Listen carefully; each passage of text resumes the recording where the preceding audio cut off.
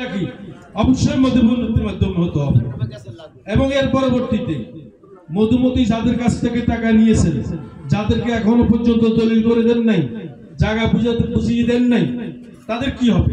সেটাকে আমি আর আপনি সমাধান করতে পারবো? অবশ্যই না। মধুমতি এখানে আসবে, মেট্রো মেকার্স এখানে আসবে, মেট্রো মেকার্স এখানে আসার পরে আমাদের অধিকারের ব্যাপারে বিন্দু মাত্র ছাড় দিতে দেব না। আমি আপনাদেরকে একটা কথা বলি, আমি আনোয়ার সেই 13 সালে মেট্রো মেকার্সের অফিসে জাহাঙ্গীর সাহেব এবং ইমরান চৌধুরীর সামনে ওরা একটু হাত তুলে কথা বলেছিল।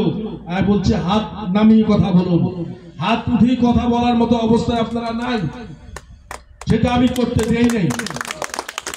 এবং আজকে আপনাদের কাছে এখানে ওয়াদা করতেছি, মধুমতি যদি আমাদের অধিকার নিয়ে খেলার চেষ্টা করে, আমি প্রথম ব্যক্তি হব যে তার মাথায় বাড়ি দিতে চিন্তা করব না, তার মাথায় বাড়ি দিতে চিন্তা করব না। কিন্তু আমি আপনাদেরকে একটা কথা বলি, এখানে আমাদের অতি বুদ্ধিমত্তার কারণে, অতি বুঝার কারণে আজকে আমাদের এই দশা এসে দাঁড়াইছে। বিগত 12 সাল থেকে